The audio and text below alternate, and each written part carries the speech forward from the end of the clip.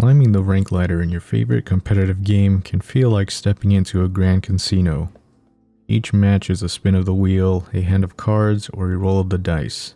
You win a few in a row and the system feeds you that rush, the dopamine jackpot. You're on fire, unstoppable, you're meant to be a winner. But just when you start believing the streak is yours to keep, the house reminds you, the house always wins. Suddenly your luck turns cold, your teammates start playing like bots, your enemies play like gods, and every game feels rigged. You're not just losing, you're hemorrhaging points. Before you know it, you start falling from Celestial 3, 2 to 1 all the way down back to Platinum, and your momentum just vanishes. You're not imagining it. You're playing under a system, not of fairness, but engagement. And just like a casino, the goal isn't to let you win. The goal is to keep you playing. Engagement optimized matchmaking doesn't just watch how good you are, it watches how hooked you are. It'll feed you wins when it thinks you're getting bored, and stack your odds when it senses you're too high. It's not matchmaking, it's managing your emotional bets. And the game is a slot machine. Before you know it, you're just another player pulling the lever, hoping the next spin doesn't cost you your streak. Let's talk matchmaking systems. There are two types of matchmaking that is used in today's competitive games. First one being skill-based matchmaking, most notably used in games like Counter-Strike or League of Legends. This system tries to match you with players who are near your current skill level. It's designed to be fair. Wins or losses should come down to your performance, not the matchmaking playing favorites. Then there's engagement optimized matchmaking. Games like Apex Legends, Call of Duty, or Overwatch use this one. Now this one is different. Instead of focusing purely on fair skill levels, EOMM is designed to maximize how long you stay engaged with the game. It uses data like your play history, your win-loss patterns, your tendencies to quit, and when you binge play. And then it tries to shape your experience accordingly. For example, if you're winning too much, it may raise the difficulty to prevent burnout. If you're losing too much, it might throw you into a softer match to keep you from quitting entirely. Or sometimes when you're too emotionally invested, it might string you along with streaks of wins and losses to trigger those dopamine highs and lows. So if you're ever dropping from Celestial down to Diamond and you're one of those top 5% players, it might not be the mechanics causing the slump. It might be the system intentionally giving you harder matches to balance out engagement. Now, which of these systems is worse for a competitive ranked ladder like Marvel Rivals? In a point-based system where wins and losses can shift your rank from by 20 to 30 points, EOM can be a nightmare because the stakes are real. One win is progress, one loss is regression.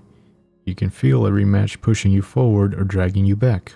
With skill-based matchmaking, the matches are mostly fair. You win some, you lose some, and your progress reflects your actual skill improvement.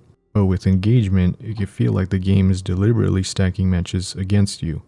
You win 4 games in a row, and then suddenly the 5th game throws you into chaos with teammates trolling, the enemies are smurfing, or just terrible matchmaking overall.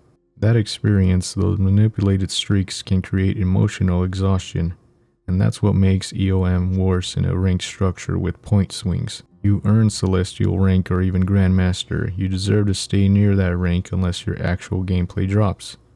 But EOM doesn't care about fairness, it cares about retention. So how can you tell when you're in the middle of an EOM system? Look for these signs. You frequently alternate between win streaks and lose streaks even when your performance feels consistent. You feel like you're matched with much weaker teammates right after climbing too quickly. You notice that matches get suspiciously easier right after you take a break or come back from a long losing streak. Or sometimes you go on a winning streak despite not playing your best, as if the system wants to reward you to keep you hooked. These are red flags that suggest the game is adjusting match difficulty based on emotional engagement and not skill.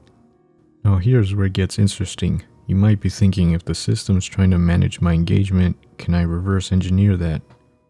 Can I trick it into giving me better games? The answer is yes, to a degree. Let's say you just had a rough loss, you close the game, you shut it down completely, walk away, or even if it's only for a few minutes, that sends a signal to the system that the player is disengaged, probably frustrating, and at the risk of quitting long term. The game doesn't want you to quit for good, so when you come back shortly after, it might try to re-engage with you, by giving you softer matches, more favorable teammates, or a less punishing loss if you tend to lose again. This system is called engagement manipulation. And yes, players intentionally quit after a single loss to try and reset their matchmaking luck, almost as if it's a seed. But here's the catch.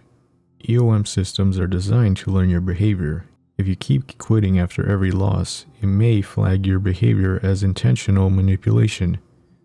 It may also stop giving you easier matches, or worse, it'll treat you like a low engagement, low priority player, making your overall matchmaking worse.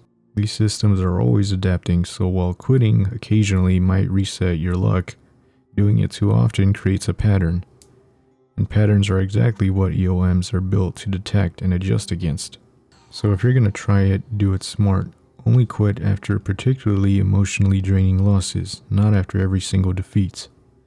A quick reboot makes it obvious, a longer break makes it more natural. Mix in some real breaks like going to grab a drink, using the restroom, or just entirely switching games if it helps reset your mental slate. Use it as a psychological reset and not a permanent climbing strategy.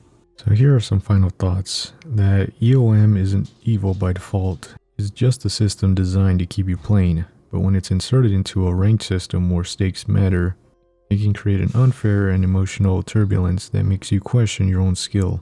So if you're dropping from Grandmaster to Diamond and it doesn't make sense, you're not going crazy, you're not suddenly worse. You might just be part of a system trying to keep you in emotional balance, even if it's at the cost of fairness. You must understand it, learn the signs, and when necessary, just step away, reset, and come back smarter.